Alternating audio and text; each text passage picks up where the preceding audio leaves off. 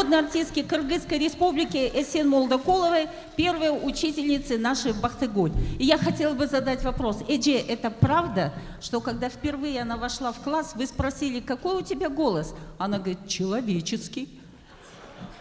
Ошол чын болчу. Анткени ар бир ата-эне балдарына эң биринчи каалаганы адам болсо экен дейт.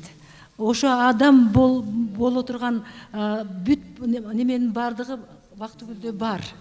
Мен бүгүн кубанычыма кубаныч батпай ушунчалык сүйүнүп турган кезим. Бул бир-эки жыл менден окуду. Андан ары Зина Амановадан. Бул биздин кичине эле кылган эмгегибиз, көбүнчө Кудайдын берген таланты, ата-энесинин, анан кийин ата-энесинин. Мага келгенде эле үнү жакшынакай чоң үнү бар болчу. Мына бүгүн бардыгыбыз Бактыгүлдүн бүгүнкү жыйынтыгына 10 жылдан берги ырдап келатканы күбө болуп келгенбиз ар бир ролдоруна. Ошонун бардыгын бүгүн жыйынтыктап чоң сыноодон өттү.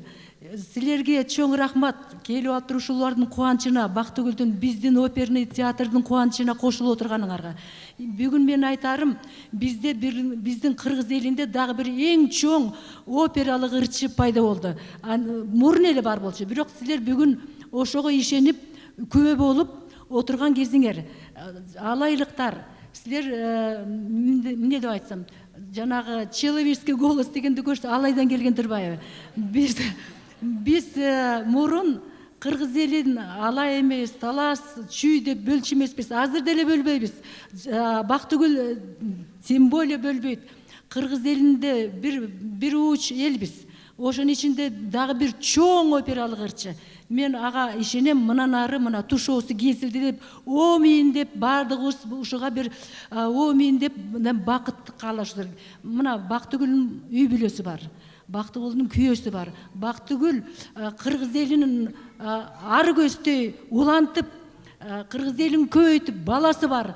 Мына ошо үй бүлөсүнө, Бактыгүлдүн өзүнө бакыт, аты да Бактыгүл, бакыт каалайм. Ден соолукта болсун, өмүрү узун, кыргыз элин даңазалап, бүт жер-жерине алып чыгып, кыргыз элин бир уч кыргыз элин көргүзө турган чоң жол, ак жол каалайм. Зина Амановна Сарыгулова, ваше слово. Пожалуйста, сегодня ваш праздник. Зина Амановна.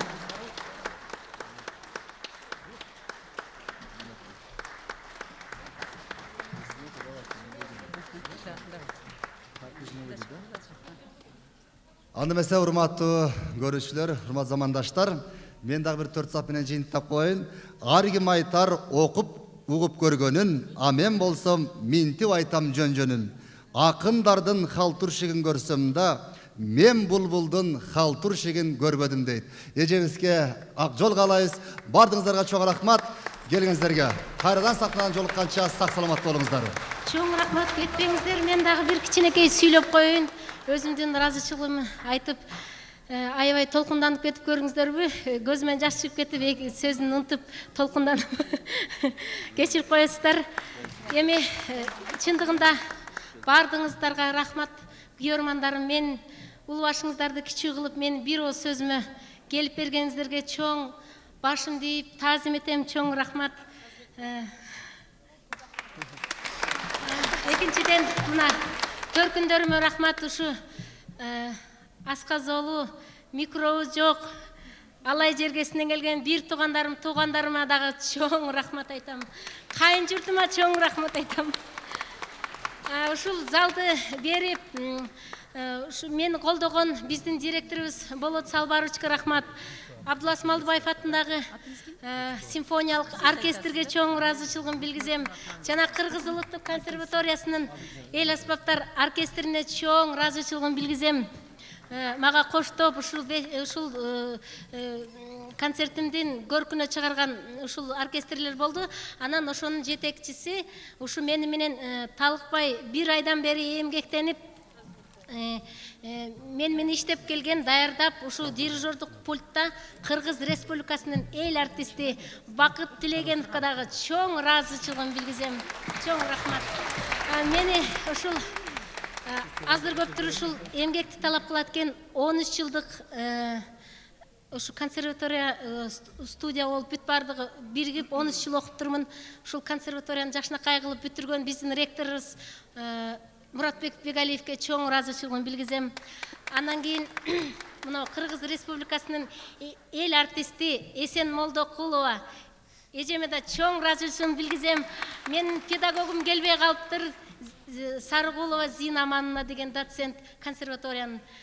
Ошого да чоң таазим этем, рахмат. Мен ушинтип көкөлөтүп сахнага чыгган ушул эжекелерим, мен концертимде коштоордоп берген биздин кыргыз элинин жылдыздарына да чоң ыраазычылыгымды билгизем.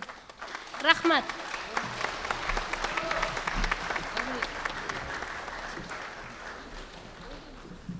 Бактыгуль, со словами поздравления прибыли твои родные.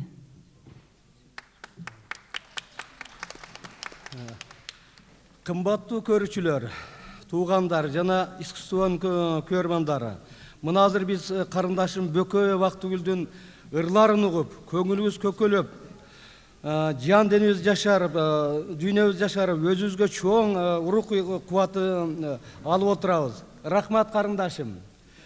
Талантың өркүндөй берсин. Биз сени менен сыймыктанабыз. Алыскы алайдан келип, искусствонун бул жанрында биринчилерден болуп, чыйыр жол салып атасын десем да туура болот.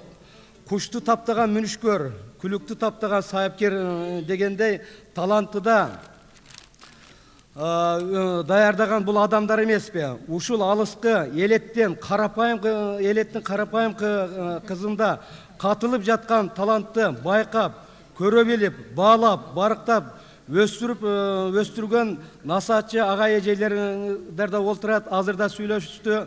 Ошондуктан сиздерге туугандардын атынан, бир туугандардын атынан, ага эжелердин атынан сиздерге таазим этебиз биз. Сиздерге чоң рахмат.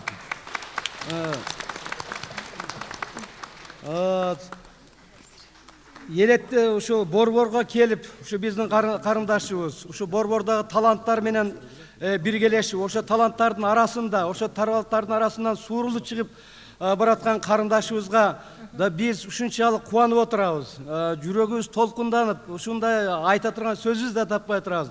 Бактыгүл, өмүрүң узун болсун, жолуң шыдыр болсун, жолдошуң кыдыр болсун. Ар дайым талантың мындан дары өсүп, кыргыз элиңде, өзүңдүн туугандарыңды, башка баардыгын кубантып жүрө бер карындашым. Рахмат сага. Анан бүт туугандарыңдын атынан, ошол биз кичинекей белек ала келдик эле, ошону тапшырып коелук. Кээ бир келе албаган туугандарың айтышты. Биздин ысык саламыбызды, биздин жүрөгүбүздөгү каалообузду баардыгын ушу Бактыгүлгө айтып жеткире баргыла деп. Калган туугандарың мына баардыгы ушул жерде отурат. Ошолордун атынан, баардыгыбыздын атынан күлүш тапшырып коелук. Браво.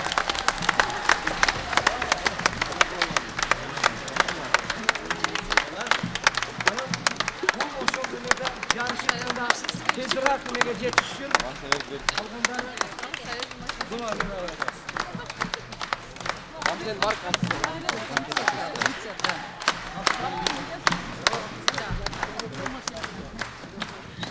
На этом, дорогие друзья, сегодняшний творческий вечер, 10-летний творческий вечер Бактыгуль Бокоевой, ведущей солистки Кыргызского национального театра оперы и балета имени Абдыласа Малдыбаева, закончен. Концерт провели мой артист театра и кино Жолдошбек Джан Джигитов, пожалуйста, уже убежал.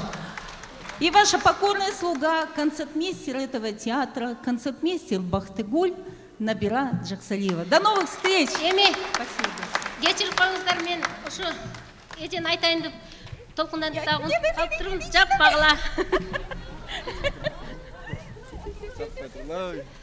Ушул мени ушунчалык ар бир ырдаган ырымды, ар бир аткарган опералык арияларды бүт баарын түнү күнү мени менен иштеген. Мен ушунчалык жакшынакай үндү алып чыккан жанагы Джакомо Пуччининин Чо-Чо-сан деген операсын алып чыккан ушул Набира Жаксалиева болду. Биздин жеңебиз өзү казак, аябай ыраазычылыгымды билгизем. Күйөөсү болсо биз биякта турат народ, биздин Кыргыз Республикасынын эл артисти Сталбек Алмазбеков деп. Анан ушул экөөнүн колдоосу менен ушул концертти алып чыктым. Чоң рахмат. Рахмат, здоровья всем! Да здравствует кыргызское искусство, да здравствует на сегодняшняя звезда Бактыгуль Бокоева. Поздравляю вас, алайцы! Да здравствует!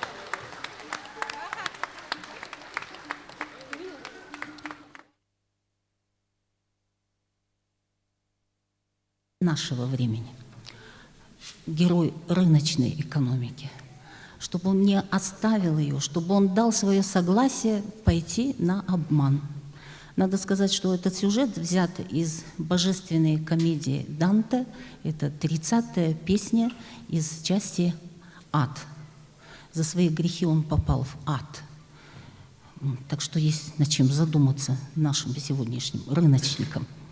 Так вот, он притворился умирающим, а богач Бооза уже давно умер, но никто в городе не знал об этом.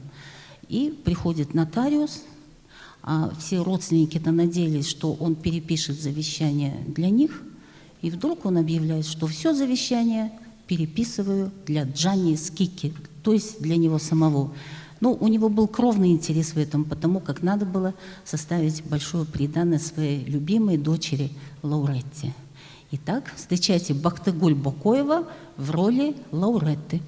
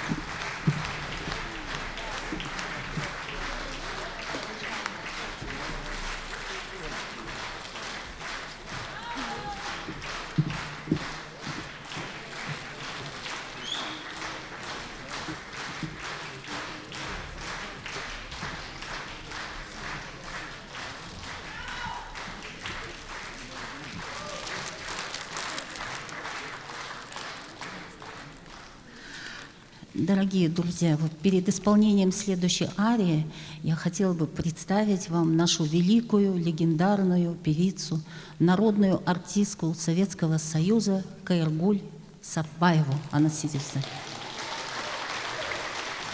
Потому как именно она подготовила с Бахтыгуль. Пожалуйста.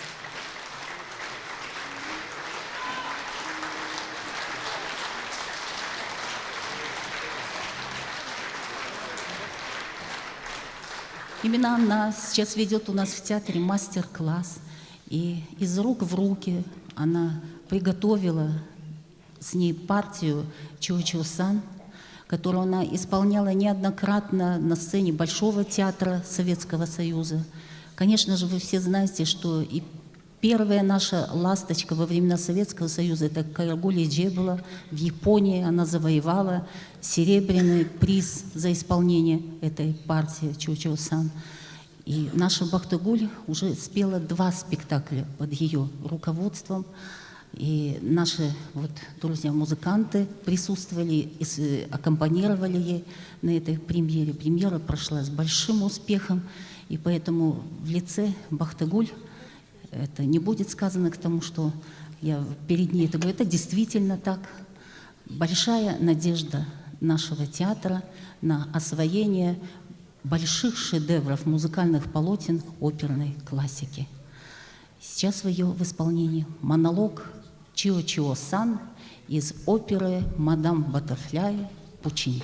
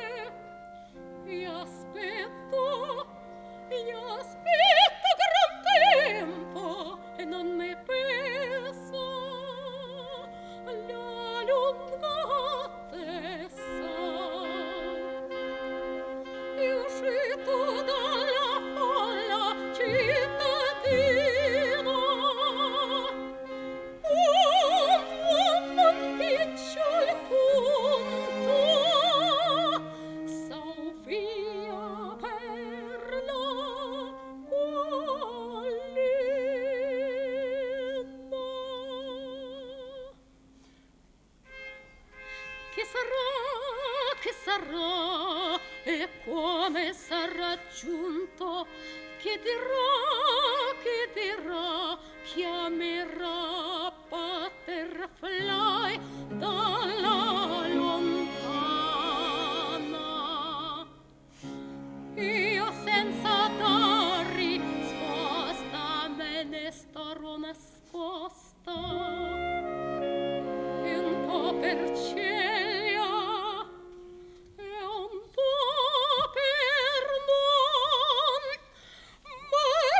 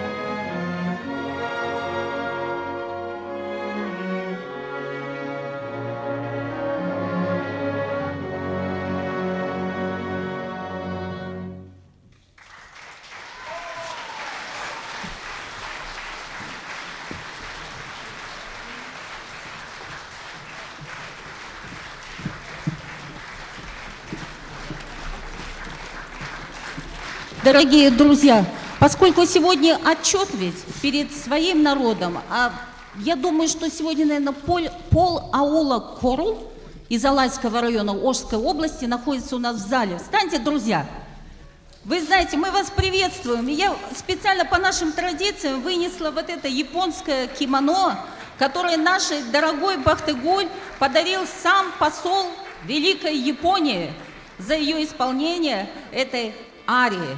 И поэтому по нашим же традициям, пусть она перед вами наденет, чапанузы, у них японцев на нас похоже кимоно, и пусть дальше она продолжит этот вечер в нем.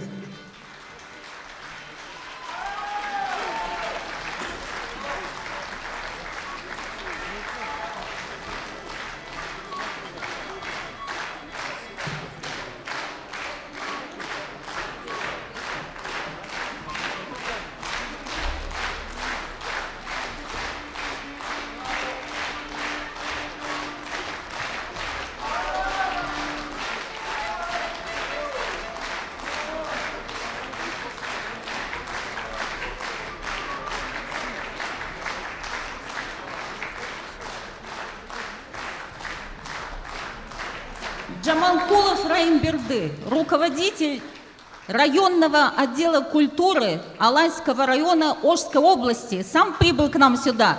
В вашу честь Джузеппе Верди, дорогие родня Бахтыгуль-Боковой, Джузеппе Верди «Застольная». Ну, какие-нибудь.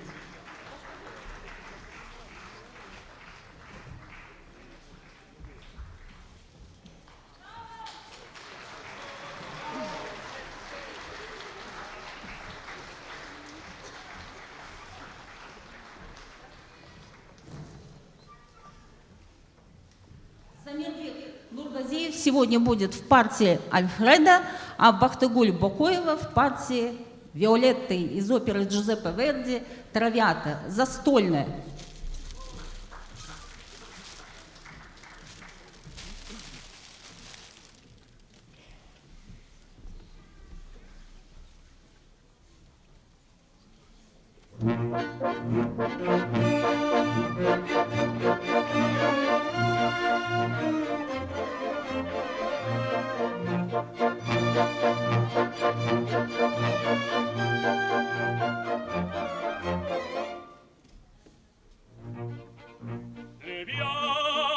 Libiamo negli eti calici che la bellezza infiora e la fuggevo l'ora sinebria voluta Libianne dolci fremiti che suscita l'amore poiché quell'occhio al cuore onnipotente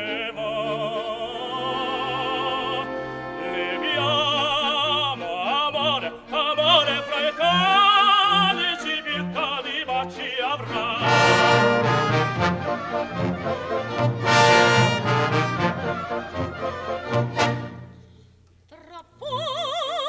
tra voi saprò dividere il demonio giocondo tutta in follia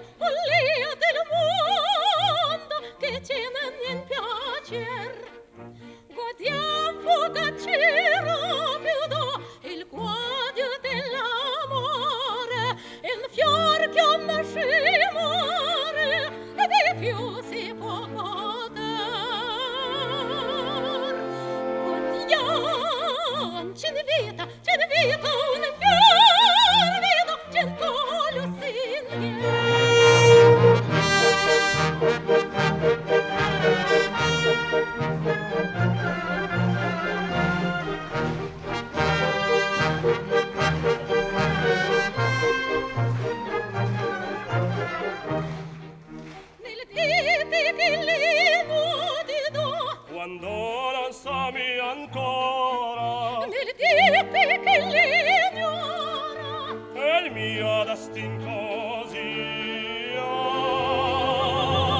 Ma diamo a testa avanti con la notte bella in riso, in questo paradiso resta di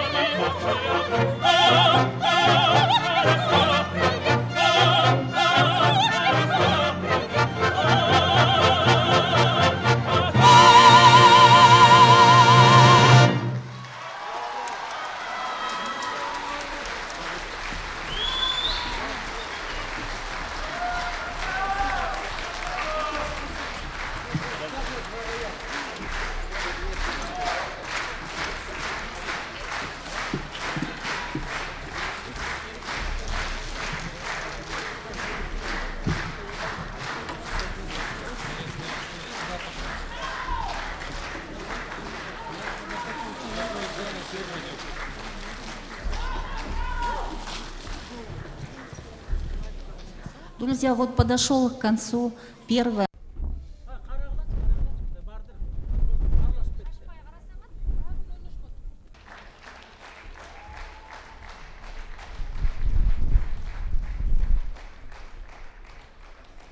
Дагы бир жолу кушубак кечиңиздер менен урматтуу айымдар жана мырзалар. Анда эмесе Бактыгүл Бокоеванын концертинин экинчи бөлүгүнүн баштаардын алдында атай мына бул жерге Бактыгүл эжебизди куттуктап, алайлык жердештери, ошондой эле Бишкектеги алай коомунун жамааты келип бардыгы тең куттуктоосун билгизип отурушат.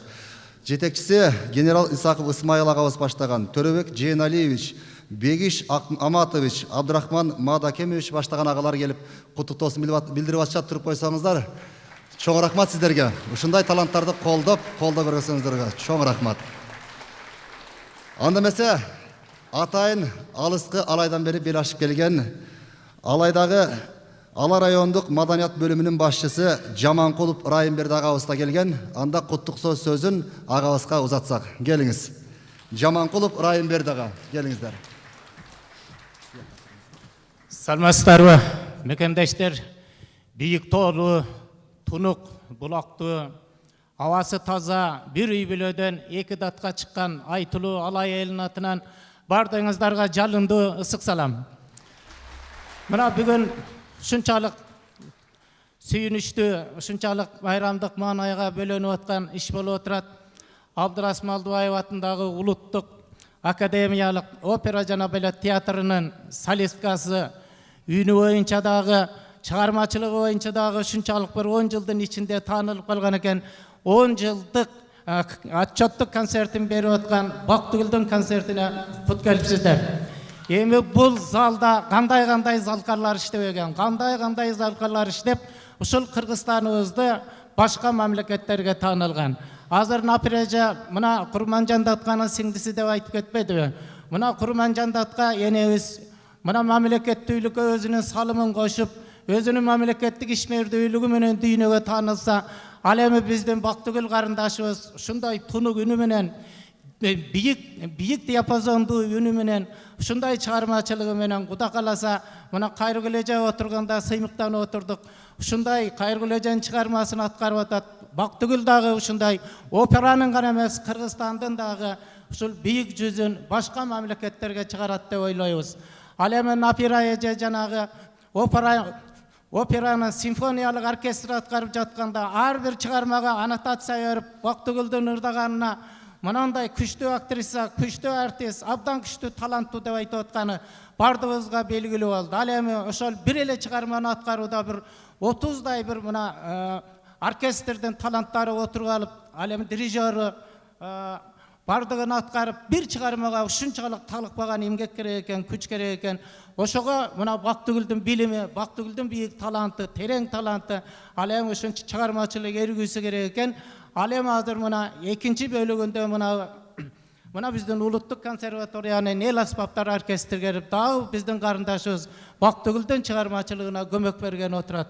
Ошондуктан Бактыгүл карындашымын бир өнөр өркүндөй берет, дагы ушул чыгармачылыгы өсө берет, эл артист болуп, түрдүү мамлекеттик сыйлыктардын лауреаты болот деп ойлойбуз.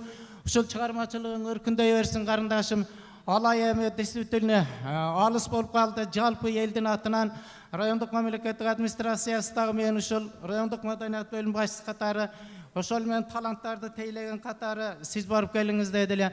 Элдин атынан ушул кичине биздин жупуну белегибизди алып коюуга уруксат этесиздер. Кел Бактыгүл ушу белек тапшырып коеюн.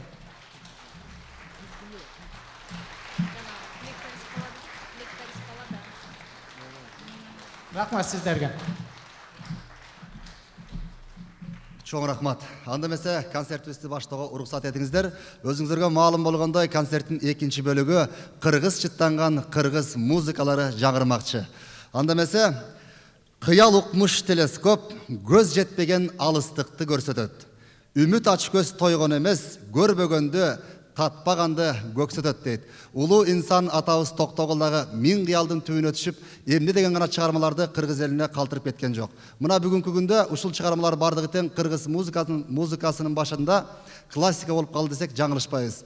Анда эмесе Кыргыз улуттук консерваториясынын эл аспаптар оркестри баштап бермекчи, дирижеру Кыргыз Республикасынын эл артисти. Ошондой эле Кыргыз Республикасынын өкмөтүнүн мамлекеттик жаштар сыйлыгынын ээси, республикалык жана эл аралык конкурстардын лауреаты профессор Бакыт Тилегенов. Токтогул Сатылганов, Миң кыял.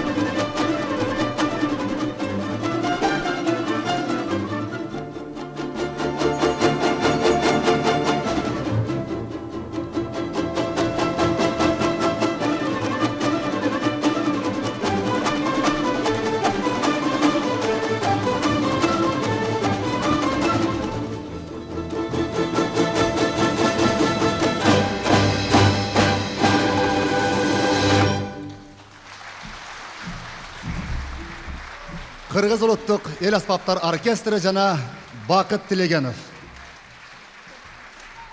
Чоң рахмат. Ааламга койгон сакчыдай, ак булут конгон капчыгай, аркайып кылыч аскалар асманды бөлө чапчудай. Алатоом кенен чалкаят, ай аалам түгөл басчыдай дейт.